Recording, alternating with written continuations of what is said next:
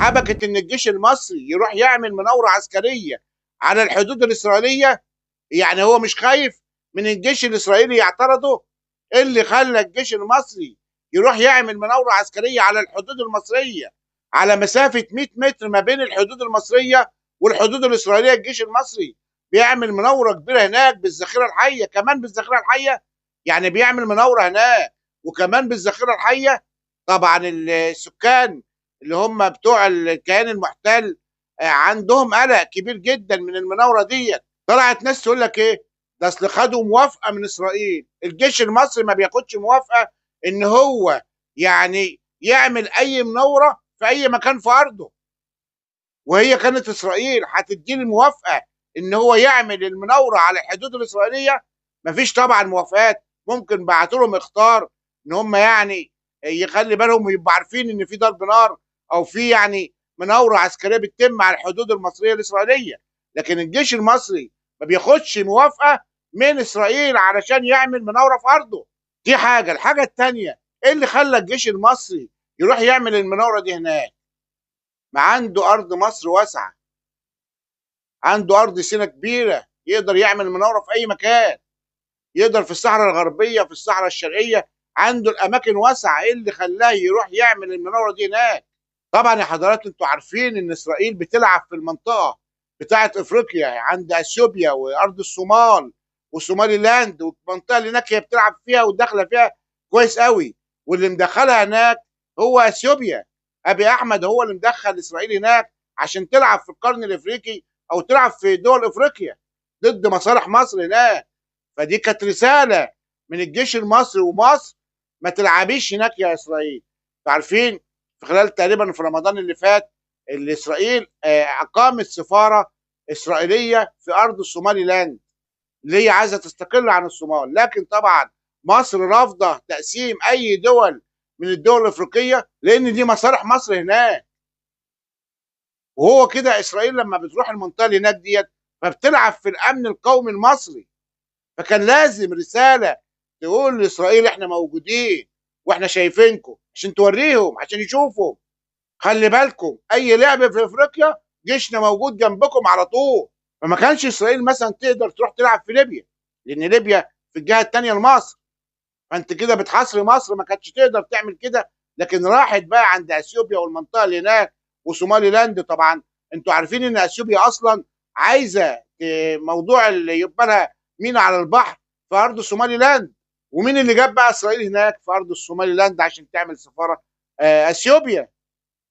ابي احمد ما هو بيحارب مصر ومصر واقفه له بتقول له: مش هتطل على البحر الاحمر، مش هيبقى لك مينا هناك، ما انت هتعكسني في الميه هعكسك في حاجات تانية. فطبعا يعني مصر واقفه له زي المسمار هناك، ممنوع تخش وتعمل مينا على البحر. الحاجه التانية اللي معانا الخيانه يا جماعه. يعني مشكله اما تبص تلاقي واحد بيكره بلده لدرجه ان هو عايز تتدمر. بنشوف الكلام ده في تعليقات الاخوان، وبنشوف الكلام ده في تعليقات اللي هم الجماعه الارهابيه. واحده اسمها داليا زياده، هي مصريه وكلكم عارفينها يعني. راحت عاشت طبعا بعد ما هربت من مصر وراحت عاشت في الولايات المتحده الامريكيه. طالعه بتقول لك ايه؟ بتقول لك مصر غلطانه والجيش المصري غلطان ان هو يعني ما ساعدش اسرائيل ضد حماس. وطلعت تقول لك ان ازاي الجيش المصري ومصر ما يوقفش مع الكيان المحتل ضد اهلنا في غزه. عايزه الجيش المصري يقف مع الكيان المحتل ضد اهلنا في غزه. زي ما هتشوف الفيديو ده وهنطلعوا برضه نعلقوا على كلامها لان طبعا كلامها مستفز. هي دي اتربت على ارض مصر؟ دي عاشت على ارض مصر واتربت عليه؟ خيانه يا حضرات. ومش حاسه انها بتعمل حاجه. ده الطبيعي عندها انها خاينه وطبيعيه. تعال نشوف الفيديو ده. اللي حصل في بداية الحرب الأخيرة بين إسرائيل وحماس، إن مصر خدت موقف يعني آه، غير مفهوم ناحية طرف واحد من الأطراف، وإنها لم تقف بجانب إسرائيل أو تدعمها أو كده. ده كان في رأيي كان صادم يعني، لأنه في مرحلة سابقة إسرائيل وقفت جنب مصر، وإسرائيل ساعدت مصر في محاربة الإرهاب، في محاربة نفس الإرهابيين اللي هم بيهددوا إسرائيل دلوقتي. فعدم وقوف مصر إلى جانب إسرائيل في ذلك هيضر بأمن مصر عاجلا أو آجلا. يعني مش كلامي هو اللي هيضر بأمن مصر زي القضايا اللي رفعت ضدي للأسف، لكن تجاهل هذه الحقيقة هو ده اللي هيضر بأمن مصر. وده اللي لازم الحكومة تفيق له. شفتوا حضرات، شفتوا الواقعة ديت؟ الواقعة ديت بتتكلم على الجيش المصري، بتقول لك ان كان المفروض نقفوا مع الكيان المحتل ضد اهلنا في غزة. بتقول لك ان اسرائيل ساعدت مصر في محاربة الارهاب. ساعدت مصر في ايه؟ اسرائيل ساعدتنا في ايه في محاربة الارهاب؟ بعتت لنا يعني قوات، بعتت لنا طيارات. الجيش المصري هو اللي حارب الارهاب وهو اللي قضى على الارهاب. بتقول لك ان يعني الارهابيين دولت هم حماس، اللي هم يعني اسرائيل بتحاربهم، فاحنا المفروض نساعد اسرائيل عشان دول حماس اللي هم كانوا عاملين مشاكل في ارضنا. ما في مثل بيقول لك انا اخويا على ابن عمي وانا وابن عمي على الغريب، فدول عيال عمنا واخواتنا. اهل غزه دول اخواتنا، هم طلعوا وحشين طلعوا حلوين، هم اخواتنا، ما نقدرش نتبروا منهم. مش هنقفوا عمرنا مع الكيان ضد اهلنا في غزه، استحاله. وبعدين ثم ان القضيه الفلسطينيه ديت هي قضيه مصر، يعني على مر العصور من يوم ما بدات.